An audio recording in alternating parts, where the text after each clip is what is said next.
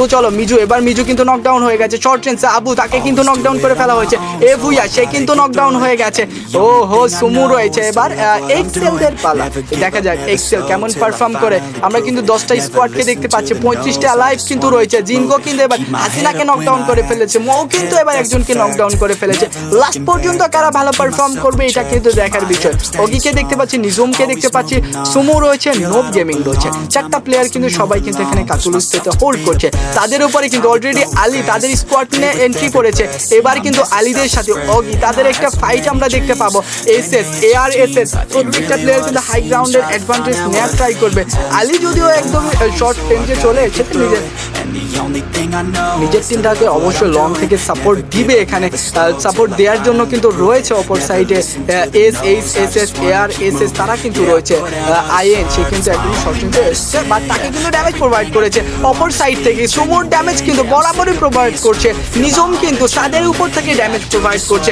এবার কিন্তু ব্রিজের অ্যাডভান্টেজটা তারা L2K স্কোয়াড কিন্তু নিতেই পারে। সো ব্রিজের অ্যাডভান্টেজ নিয়ে এবার সুমুদের উপর ভালো একটা প্রেশার ক্রিয়েট করতে পারে। 3 সাইড থেকে কিন্তু প্রেশার পড়তে পারে। নিজম যে পজিশনে রয়েছে, এই পজিশনে এলিমিনেট হলে তাকে কিন্তু রিকল করা একদমই ইম্পসিবল হয়ে যাবে। নোব রয়েছে, মিজু কিন্তু এবার নকডাউন হয়ে গেছে। বাবুসের কাছে কিন্তু এবার নিজম নকডাউন হয়ে গেছে। কিউবি, ও মাই গড, রোজা রয়েছে, আসমি রয়েছে। আসমি কিন্তু ভালো খেলছে। এবার যদিও আসমির কিল ফিটে কি নেয়, বাবু একটু সে কিন্তু অলরেডি 2টা কিল বের করে ফেলেছে। এবং #10 লিডার স্কোয়াড তারা কিন্তু এলিমিনেট হয়ে গেছে। L2K SS সে কিন্তু হাইস্ট ড্যামেজটা প্রোভাইড করে ফেলেছে। ব্ল্যাক শ্যাডো #9 কিন্তু এলিমিনেট হয়ে গেছে। MDS স্টুডেন্ট এবার কিন্তু জেনিক্সকে নকডাউন করে ফেলেছে। ভালো একটা পারফর্ম দেখছে। 3টা স্কোয়াডের মাঝখানে কিন্তু এখানে পড়ে গেছে সুমু, তাদের স্কোয়াড নিয়ে কিন্তু মাঝখানে পড়ে গেছে। দুই পাশে কিন্তু রয়েছে গাইস L2K স্কোয়াড, এক পাশে কিন্তু রয়েছে নোরাহা।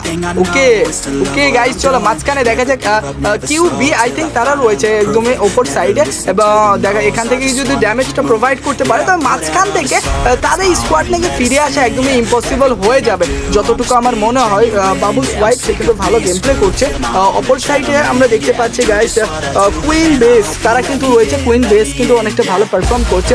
নিজম তাকে নকডাউন করে ফেলা হয়েছিল, তাকে কিন্তু রিকল করে ফেলেছে। বাট নোব গেমিং তাকে রিকল করে একদমই ইম্পসিবল হয়ে যাবে হয়তো বা, বাট তাকে কিন্তু এবার রিকল করে ফেলা হয়েছে। নিজম কিন্তু আবারও নকডাউন হয়ে গেছে। এবার কিন্তু নিজমকে রিকল করতে গেলে নিজের টিমটাকে হারাতে হতে পারে, একটা বিপদ কিন্তু তাদের উপরে পড়তে পারে। সুতানভীর